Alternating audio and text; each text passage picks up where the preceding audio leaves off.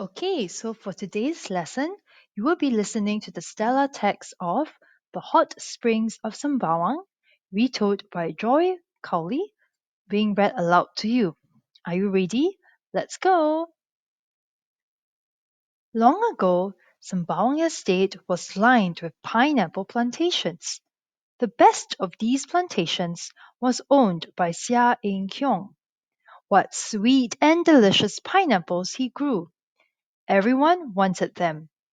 People said their sweetness came from three springs on the plantation. The clear water blessed Sia Ing Kyong with a rich harvest every year. So, what is the meaning of the word spring? I'm using Cambridge Dictionary online. Okay, so this is a spring. It is a place where water naturally flows out from the ground. Okay, something like a mini waterfall. Okay, this is a picture for your reference. Let's go back to the text. What is the meaning of the word harvest? Again, let's go to Cambridge Online Dictionary. Harvest is the time of the year when crops are cut and collected from the fields, or is also referring to the activity of cutting and collecting them. Harvest can also be used as a noun to refer to the crops that are being cut and collected. You can collect things like potatoes, grapes, rice, and so on. Okay, basically things that grow on a plantation or a field. Okay, so you can see Xia Ing Kyong here in his lovely pineapple plantation. These are the pineapples here.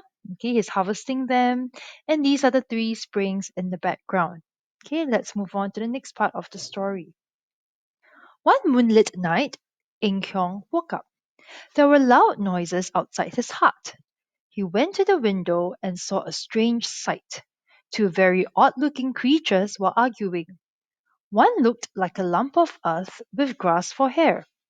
The other was thin, like a snake standing on its tail, and it seemed to be made of water.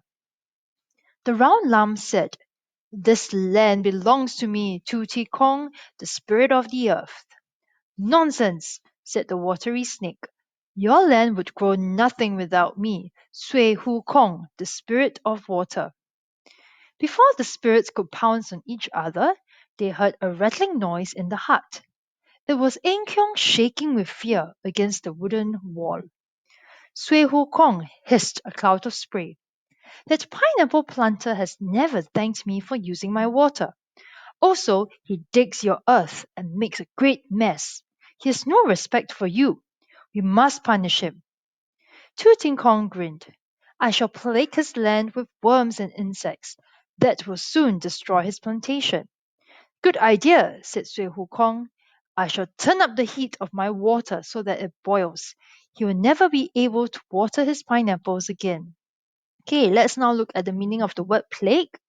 Okay, plague is to cause someone or something difficulty or suffering, especially repeatedly or continually.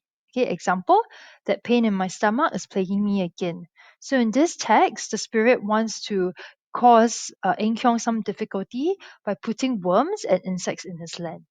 Let us now continue the story.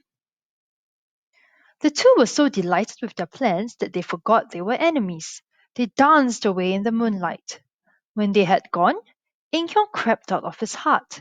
As he stepped onto his plantation, his feet felt hot. The earth had become warm and was shaking. There was a hissing sound, and a big jet of hot water burst out of the ground. The water hurled Eng Kyong into the air. He crashed back to the ground where he lay unconscious. Okay, so this is Eng Kyong.